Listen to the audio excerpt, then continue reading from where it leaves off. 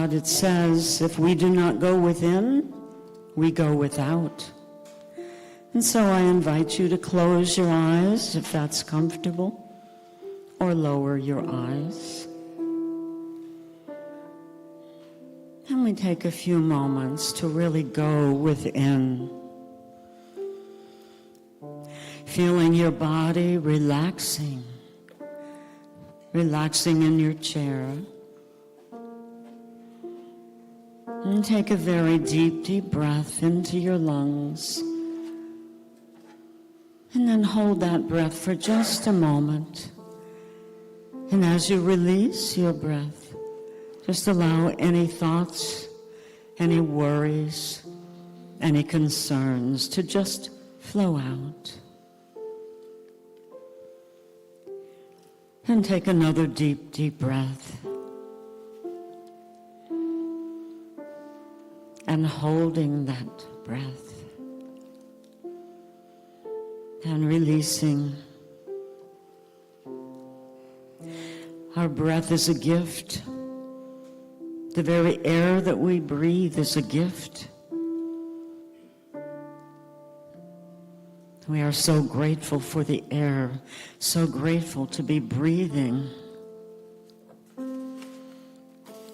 And now I invite you to focus your attention at the top of your head. You might call that your crown chakra. You might feel a slight tingling at the top of your head.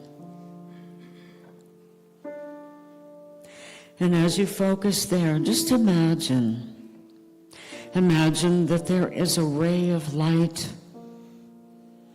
coming down from far out in the cosmos, entering your crown chakra. It might feel like a warm shower of liquid light. You might sense it as a color, perhaps a soft violet light.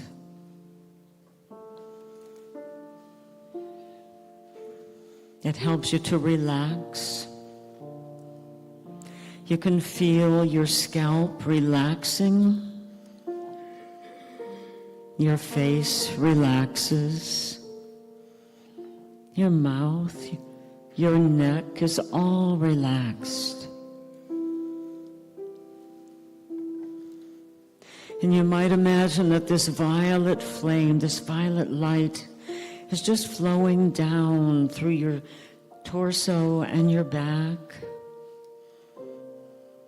over your shoulders, and down your arms,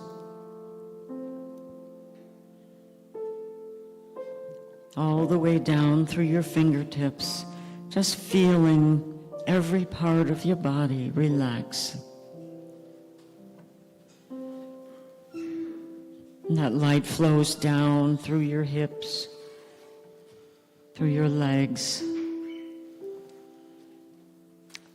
all the way down to your feet.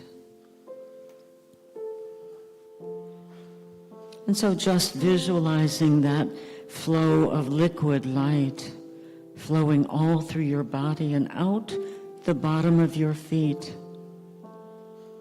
It takes with it anything that has bothered you, takes it right into our beloved Mother Earth. She will transmute it. You're feeling very peaceful. You're feeling so relaxed. There's a feeling of peace.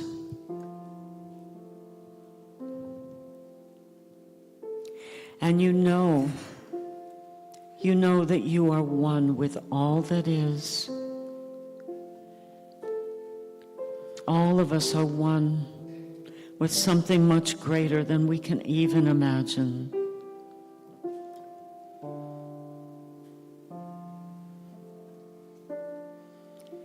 So just flowing with that feeling of peace for a few moments. Just flowing on the notes of the piano.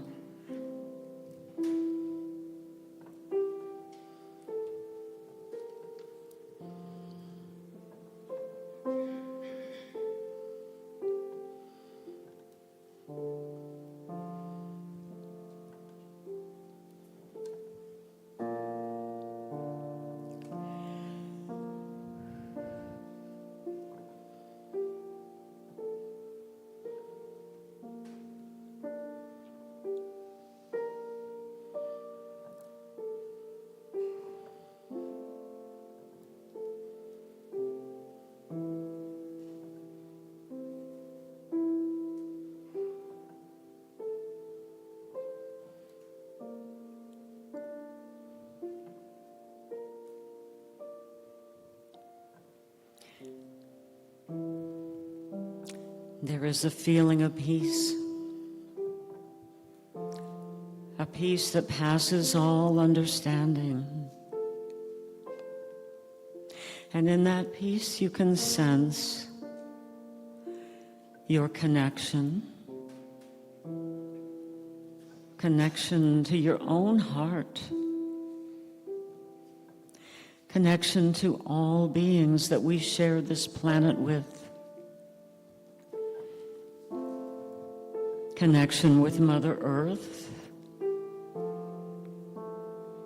all of the animals and the trees. And we know that there is only one. We might call it God. We might call it love.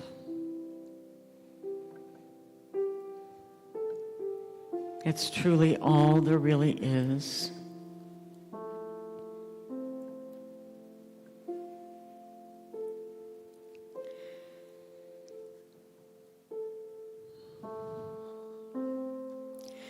And now beginning to feel that shower of light flowing through your body one more time. Flowing out the bottom of your feet. And it leaves you feeling so whole, so refreshed, so renewed.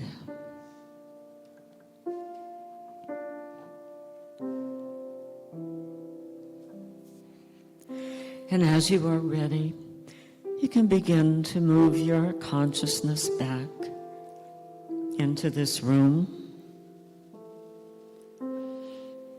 becoming aware of this space.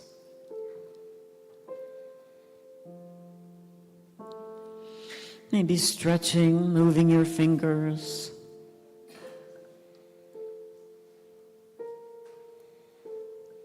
And as you are ready, you may just open your eyes.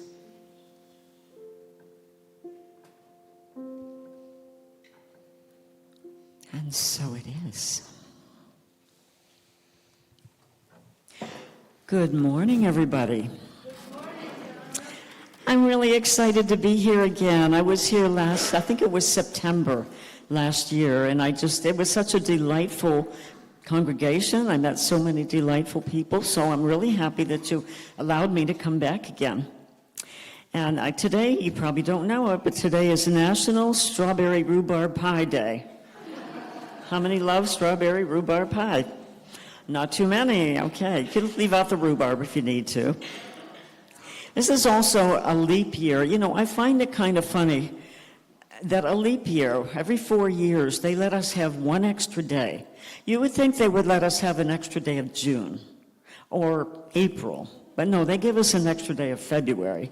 I never understood that, but I guess they have some kind of logic in there. So yes, my topic today, or the title that I chose, was Leap and the Net Will Appear. I have a wall hanging on my wall that actually Neil gave me.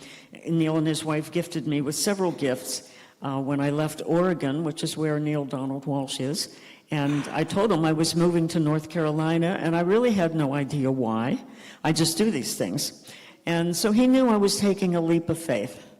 And so he gave me this wall hanging that said, Leap and the Net Will Appear. And I thought, well, that's a cool title for a talk. But now what am I supposed to talk about? And I figured that must have to do with faith. Faith or fear. We could have either. If we're going to leap off of something, we have to have faith that there's going to be a net there, right? Or we could go into fear.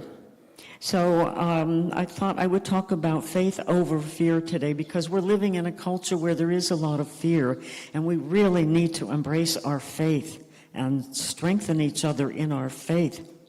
Now, I heard something one time that, you may have heard that there was a poll taken among people to find out what is the biggest fear people have. Now, you would think that would be about death and dying, right? But somehow the biggest fear was public speaking. Yeah, and here I am doing this. But so I heard this story about a young man who was a minister. He had just been ordained, and he hadn't even given his first sermon yet, and he was really scared. And he went to a seminar that was actually a training seminar for ministers.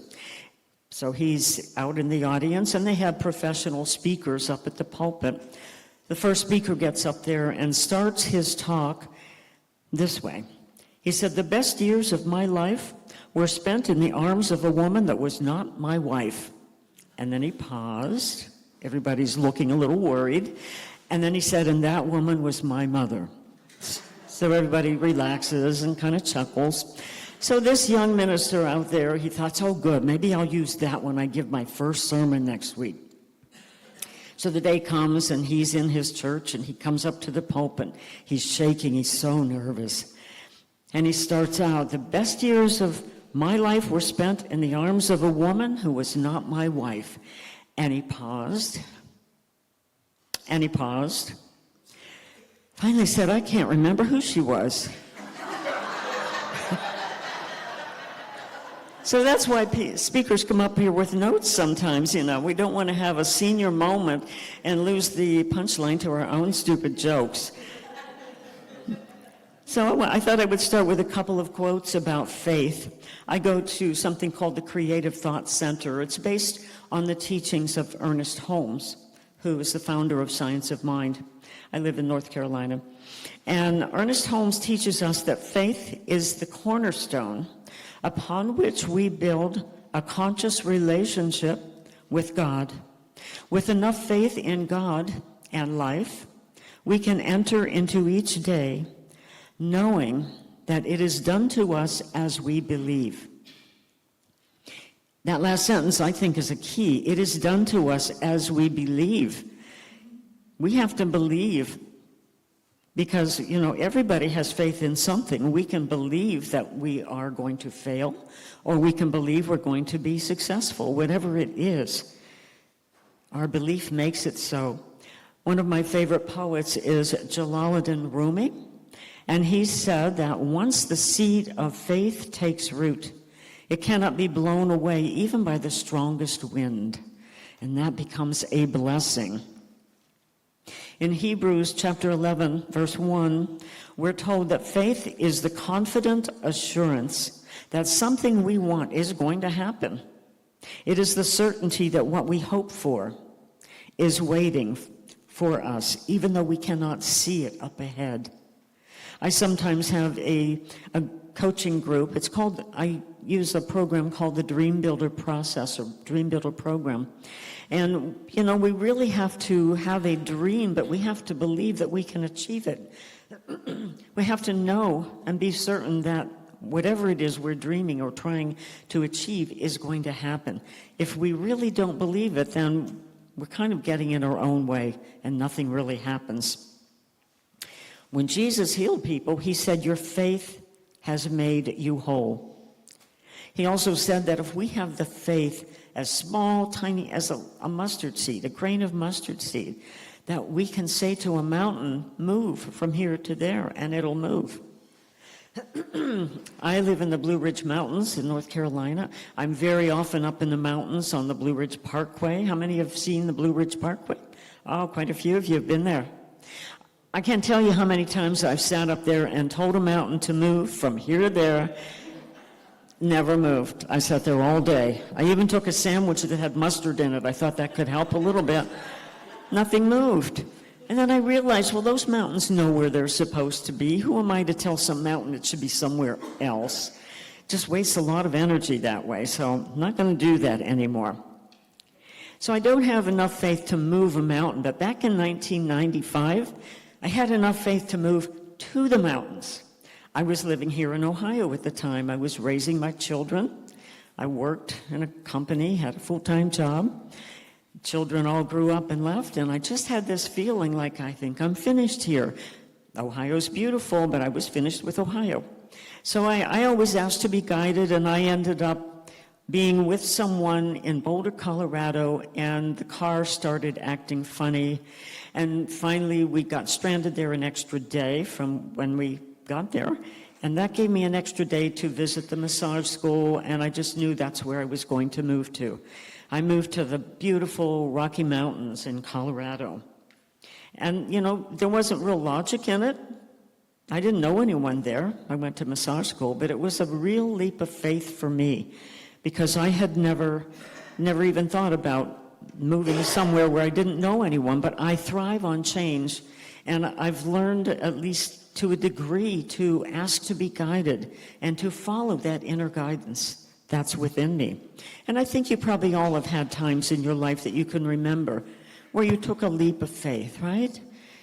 In many different ways where we step out of our comfort zone. Your life begins at the end of your comfort zone, as Neil says. Now, all religions talk about faith, don't they? They all tell us to have faith. I've observed a lot of religions, maybe most religions, where they're really telling us to have faith in what they tell us to believe. In other words, we'll tell you what is so. We'll tell you the truth, and you just believe us. Don't ask questions. I know it's not like that here at Unity, but many religions do tend to give us the impression that they are the experts, that we don't really know what to do or where to go. But they're not the experts. They're humans just like us, whether it's a minister, a priest, a rabbi, any kind of a spiritual leader. Our truth is within us, and I feel it's really important that we develop a communication with our higher self, or what I call my I am presence. I start every day by saying I am my I am presence, and I am one with the I am presence of every human being on the planet. And that really connects me with the oneness that we are all a part of. So it's really important to be advised, maybe be guided by our religions, but to know that the truth is within you, every one of you. There was a little boy named Johnny who went to church with his mom and dad. And one day when they came out of church, Johnny's tugging on his mom's hand and said, "Mommy, I have to go talk to the preacher right away." So they take him back to the office. The service is over. And the preacher welcomes them and says, "Well, hi, Johnny, I hear you want to talk to me." Johnny said, "Yeah, I heard you say today that we all come from dust."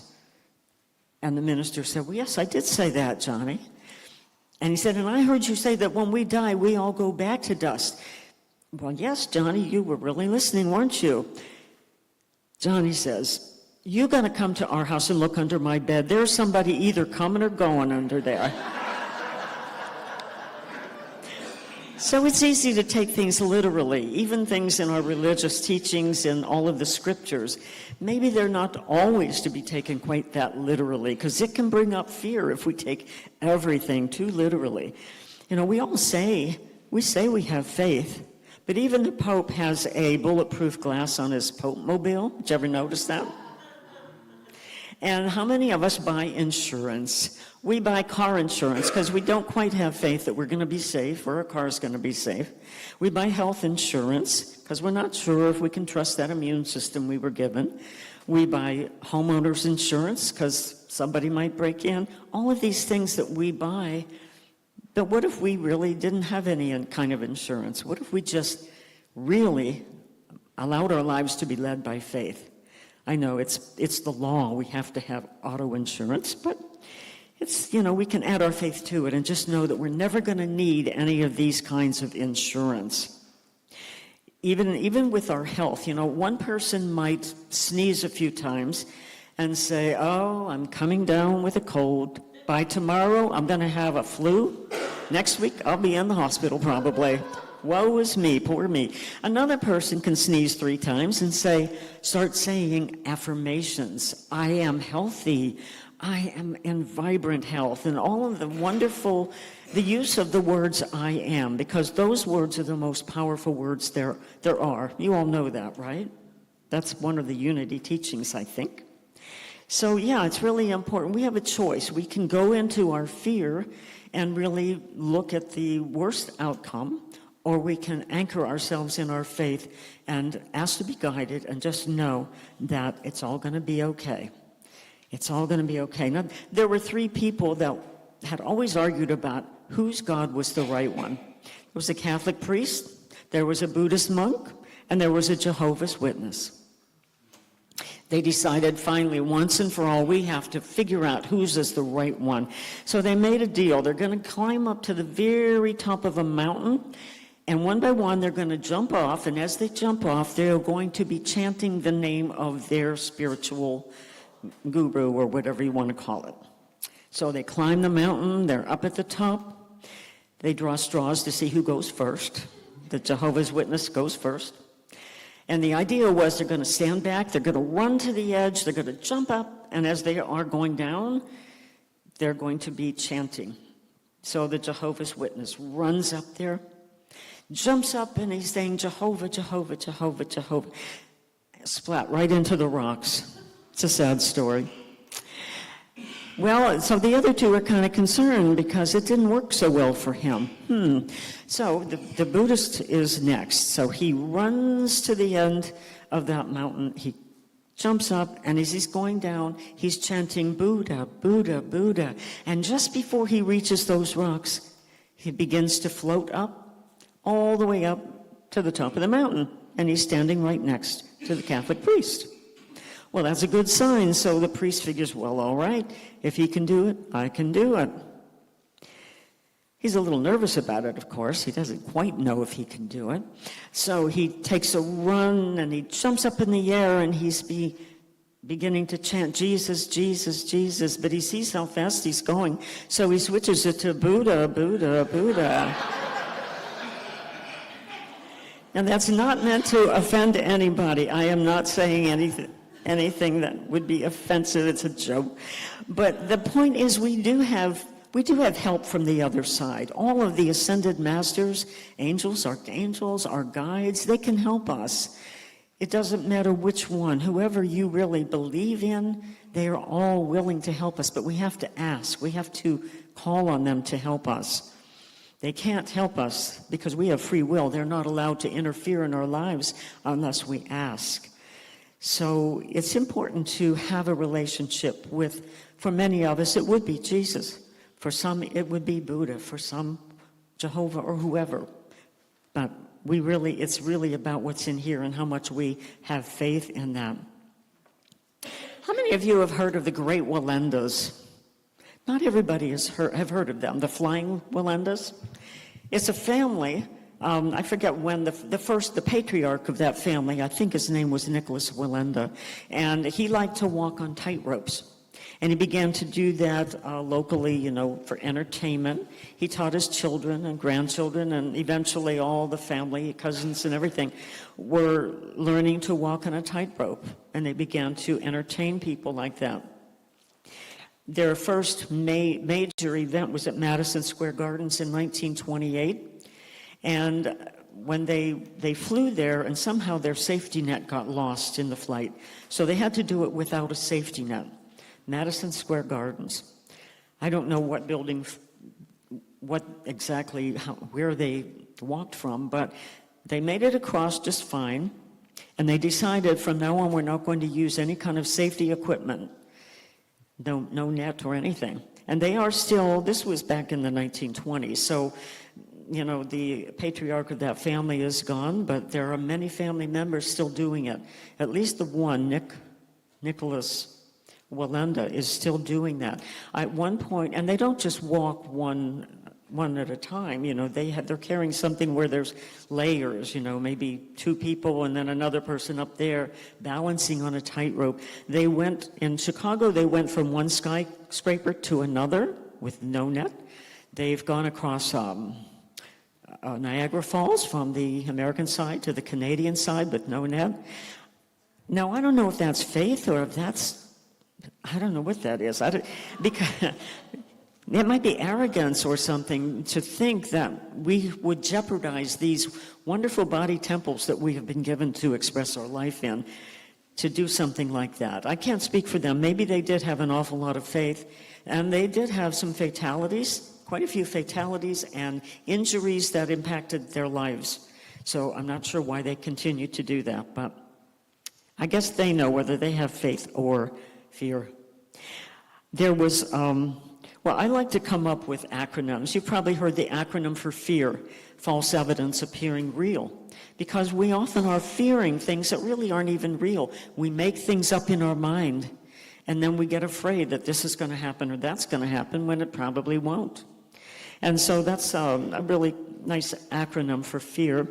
And I wanted to take the letters of the word faith and connect them with different things. So the F in faith, I connect that with the word fearless. Fearless. Be fearless. Fearless. Because fear is very contracting.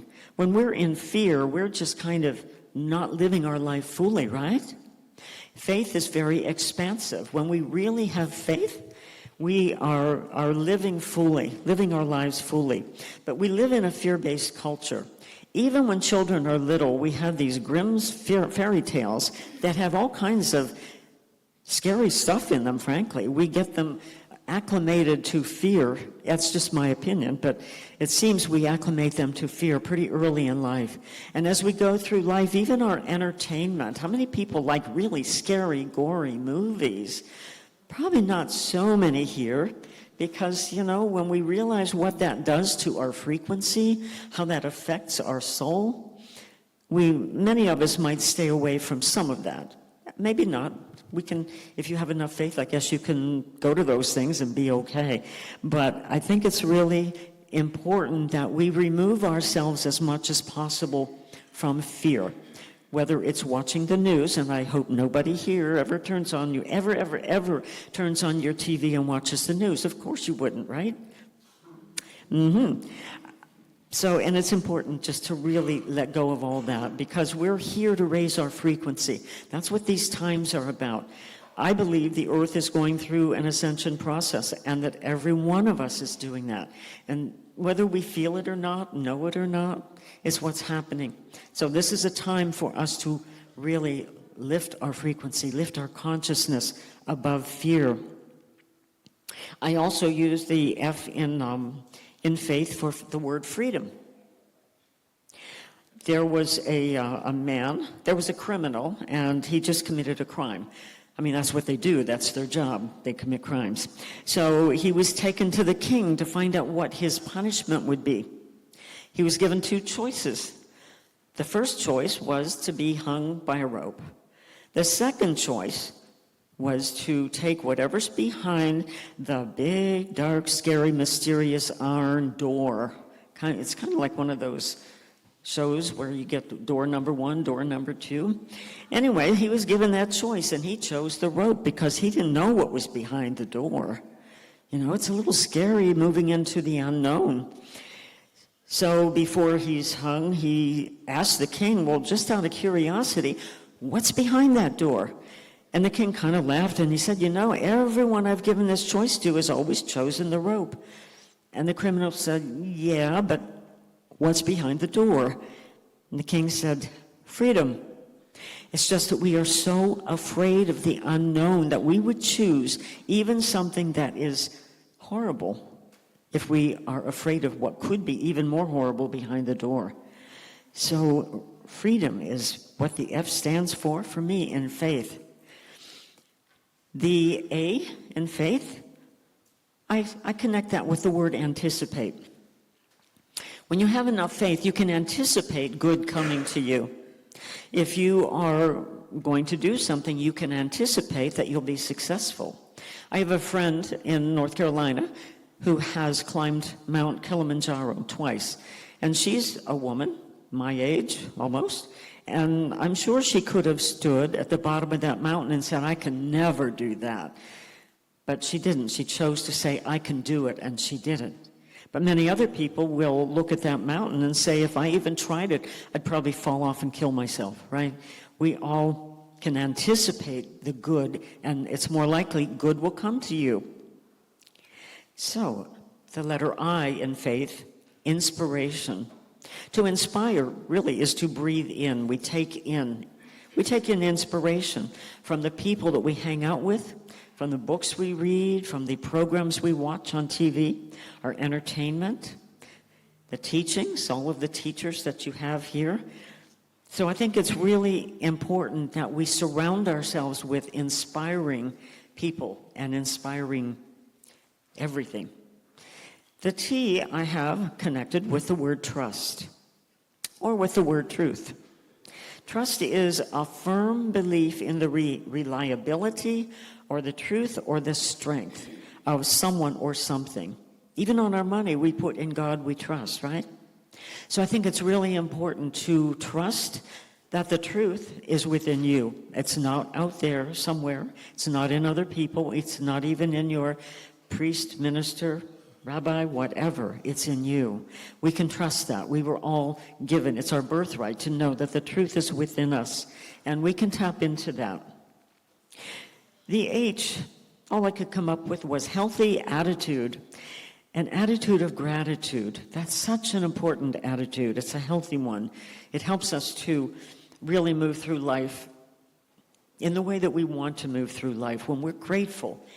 I think it's important to be grateful even when things go wrong. Even when maybe a slow train slows you down from getting here on time, which happened to me this morning. But you know, it might have prevented me from getting into an accident somewhere. Who knows? Who knows why things happen? Sometimes people have, I don't know if I should point this out or not, but my wonderful son-in-law sitting with my wonderful daughter, and I won't even point to them because they might get embarrassed. Anyway, my wonderful son-in-law had a stroke quite a few years ago, and that changed his life to the point where he became an artist. Through art therapy, he became a wonderful artist, does portraits, wonderful art. He may have never experienced that if it hadn't been for the stroke. And I'm not saying that there was not a lot of turmoil and sadness and fear around that, but he worked his way through it. And I'm very proud of him that he did that. And I'm very proud of my daughter for supporting him in that. So healthy attitude, be grateful no matter what happens to you. There might be something even more wonderful coming to you. It's also an attitude of being humble, not being arrogant. We need our humility. And an attitude of acceptance, accepting whatever comes our way, being grateful. So I think we are living in really exciting times. These can be scary times. We have to admit that they're scary. I think it's important that we not bury our heads in the sand and not know what's going on the planet. There's a lot going on, but we don't need to focus there. We don't need to fear all of those things. How many feel excited about these times? Some of us. Because I don't know if you're into the ages, but we're moving out of the Piscean age into the Aquarian age.